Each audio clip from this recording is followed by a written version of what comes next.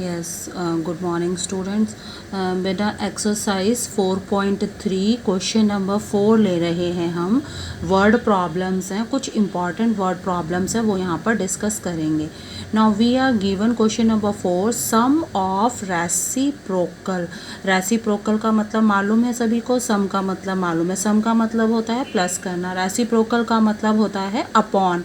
जब हम किसी चीज़ को उल्टा कर देते हैं, न्यूमरेटर को डिनोमिनेटर और डिनोमिनेटर को न्यूमरेटर, ऊपर वाली टर्म को नीचे, नीचे वाली टर्म को ऊपर कर देते हैं। तो sum of reciprocal of Rahman, Rahman as 3 years ago, ago मतलब पहले, and 5 years later after is 1/3। तो इस स्टेटमेंट को समझने की कोशिश करेंगे।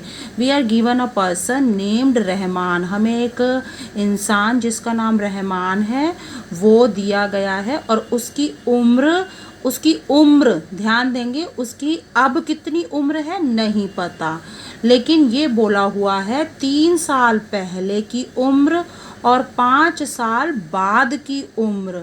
3 साल पहले की उम्र और 5 साल बाद की उम्र के रेसिप्रोकल करके, ध्यान देंगे, रहमान की 3 साल पहले की उम्र और 5 साल बाद की उम्र को रेसिप्रोकल करके फिर उनको ऐड करें तो वो कितना आता है, 1/3 आता है। तो यहाँ से, जबकि उसकी अब कितनी उम्र है, प्रेजेंट, अब वो कितने साल का है, इस समय कितने साल का है नहीं मालूम, तो हमने वो एक्स सपोज कर लिया। तो सिंपली क्लियरली वो 5 साल बाद कितने का हो जाएगा, फटाफट हमारे बच्चे, सयाने बच्चे जवाब देते हैं 5x। 5 को ऐड करना है, मल्टीप्लाई नहीं करना। तो 5 साल बाद उम्र होगी x + 5 years, नॉट 5x। इसी तरह से 3 साल पहले, 1 2 3, 3 साल पीछे चले जाएंगे, पीछे का मतलब हो गया 3 साल पहले उम्र होगी x - 3 years। तो उसकी प्रेजेंट एज हमने मान ली x years। बिफोर 3 years, 3 साल पहले उम्र हो गई x - 3 years। आफ्टर 5 years, 5 साल के बाद वो होगा x + 5 years। और अब उनके रेसिप्रोकल्स कर लेने हैं। x - 3 का रेसिप्रोकल होगा 1/x - 3 और x + 5 का होगा 1/x + 5। एक बार दोबारा से फटाफट से सुन लें। 3 साल पहले की उम्र, फिर उसका रेसिप्रोकल, 5 साल बाद की उम्र निकाली और उसका रेसिप्रोकल। अब फाइनली इन दोनों को जोड़ देंगे, इन दोनों को ऐड कर देंगे। इन दोनों को जब हमने ऐड किया, प्लस किया, तो ये 1/3 आएगा अकॉर्डिंग टू दिस कंडीशन। ठीक है, तो नाउ इस तरह की हमारे पास एक इक्वेशन बन गई। दिखाई देने से ये कैसी लग रही है, कुछ अलग सी लग रही है, क्वाड्रेटिक तो बिल्कुल नहीं लग रही है। तो इसका अभी क्या करते हैं, एलसीएम ले लेते हैं, फिर देखते हैं क्या होता है। x - 3 × x + 5, तो यहाँ से आ जाएगा हमारा x - 3, x - 3 तो कट गए, तो रह गया x + 5, x + 5, x + 5 कट गए, x - 3। तो ये सॉल्व करके आएगा हमारे पास 2x + 2, x और x ऐड हो जाएंगे, 5 - 3 हो जाएगा 2, तो 2x + 2 और नीचे हो जाएगा मल्टीप्लाई, एक एक करके मल्टीप्लाई करेंगे तो ये आ गया इज इक्वल टू 1/3। 2x + 2 ऊपर वाला एज इट इज़, इसे जो है वो हम 4x लिखने की गलती ना करें। बेटा मैं बार बार याद दिलाती हूँ कि हमें कभी भी अनलाइक टर्म्स को ऐड या सब्ट्रैक्ट नहीं करना होता है। 2x अलग है, 2 अलग है, ये एज इट इज़ ही रहेंगे, ऐड नहीं होंगे। ठीक है, नीचे वाला हो सकता है x², 5x में से 3x, ये हैं एक जैसे, तो माइनस कर दिया 5 में से 3, तो 2x बच गए -15। अब क्रॉस मल्टीप्लाई की बारी है। क्रॉस मल्टीप्लाई में हम क्या देख रहे हैं, 2x + 2 किससे मल्टीप्लाई होगा, 3 से, क्योंकि 2x + 2 का तीर, एरो किधर जा रहा है, 3 के पास जा रहा है। इसी तरह से ये सारी टर्म्स x² + 2x -15, इनका एरो जा रहा है 1 की तरफ, तो ये 3 से मल्टीप्लाई होगा, 3 को 2 बार मल्टीप्लाई करेंगे 6x, और 3 टू द 6, तो 2 टर्म्स आएंगी, हमें 2 बार मल्टीप्लाई करना। कई बच्चे गलती क्या करते हैं, 3 टू द 6x तो लिख देते हैं, उसके बाद सिंपली 2 लिख देते हैं, लेकिन हमें 3 को इससे भी मल्टीप्लाई करना और इससे भी। तो इस साइड में हमारे पास 1 से किसी को भी मल्टीप्लाई करें, 1 से किसी को भी गुणा करें तो वापस वही आता है। तो ये आ जाएगा x² प्लस 2x माइनस 15। और फाइनली मैंने अब नेक्स्ट स्टेप में तुम देखोगे क्या किया है, मैंने अदला बदली, ये वाले को उठा के पूरे को एज इट इज़ इधर ले आए और ये जो आगे था उसे एज इट इज़ उठा के बाद में लिख दिया। अब क्या कर रहे हैं हम नेक्स्ट स्टेप में, x², 2x के साथ क्या ले लिया, ये जो 6x था यहाँ पर, जो प्लस था यहाँ पर, वो यहाँ आके माइनस हो गया।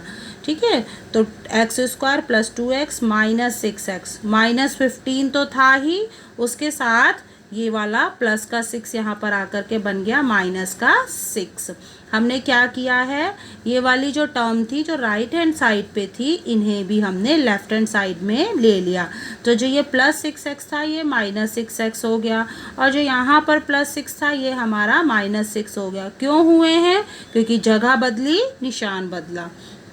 तो x² और 6 में से 2 हम सब्ट्रैक्ट करेंगे तो 4, और साइन किसका आता है, बड़ी टर्म का आता है।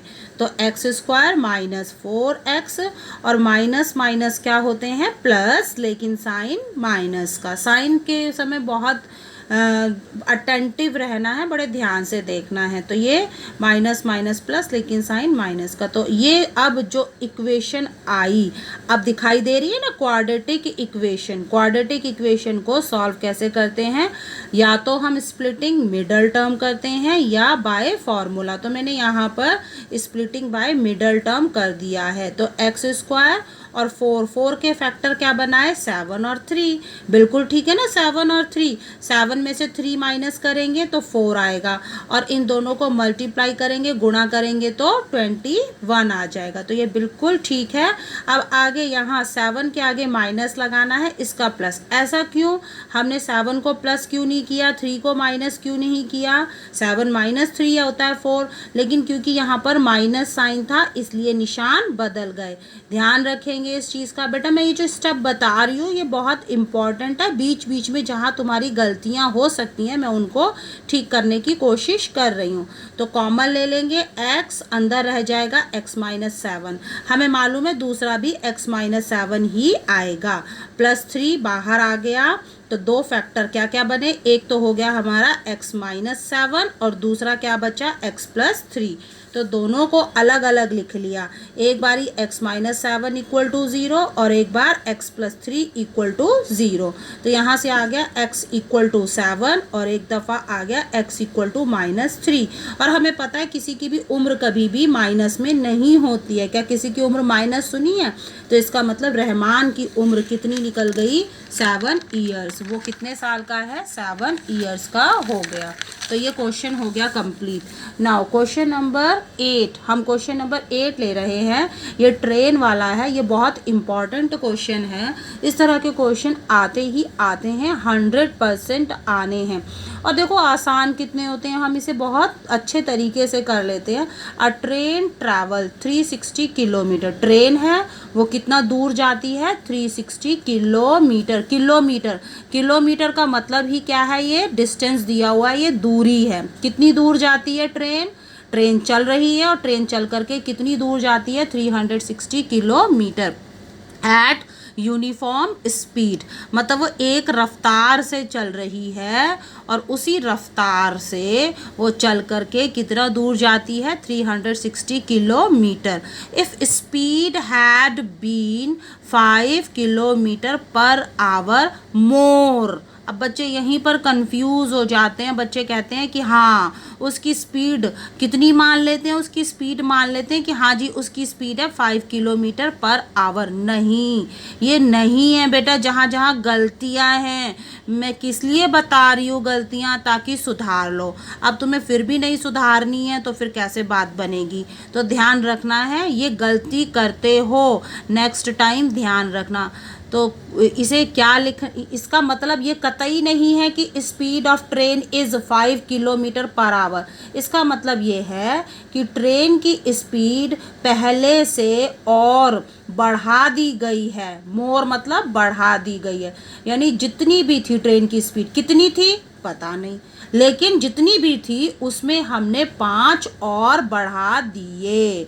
देन अब जब हमने ट्रेन की रफ्तार और बढ़ा दी है, फालतू और तेज चलने लग गई है, तो क्या होगा, अब वो समय कम लेगी। और उसने अब कितना समय लिया है, 1 घंटा कम समय लिया है। फिर वही बात आती है, कुछ बच्चे कहते हैं कि ट्रेन की, देखो कितना बड़ा ब्लंडर करते हैं, मैं आपके ब्लंडर बता रही हूँ, आपकी गलतियाँ बता रही हूँ, महाभयंकर भूल, तो उसे सुधारो। कुछ बच्चे समझते हैं हाँ ट्रेन की स्पीड है 5 किलोमीटर पर आवर और ट्रेन समय लेती है 1 घंटा, जबकि क्या है यहाँ पर क्लियर सिचुएशन क्या है कि ट्रेन की स्पीड पहले के मुकाबले 5 और बढ़ा दी जाए, पहले से 5 और ज़्यादा कर दी जाए, तो अब ट्रेन उतनी ही दूर पहुंचने में 1 घंटा कम समय लेती है। हम इसे एक बार और एक्सप्लेन कर रहे हैं कि एक ट्रेन है, वो 360 किलोमीटर दूर जा रही है, लेकिन अब हमने क्या कर दिया, उसी ट्रेन को फिर चलाया और अब उसकी स्पीड पहले से 5 और बढ़ा दी है, तो अब वो उसी जगह पर 1 घंटा पहले ही पहुंच जाएगी। ठीक है, then find the speed of train. तो यहाँ पर सबसे पहली चीज़, यहाँ पर क्या सवाल आया,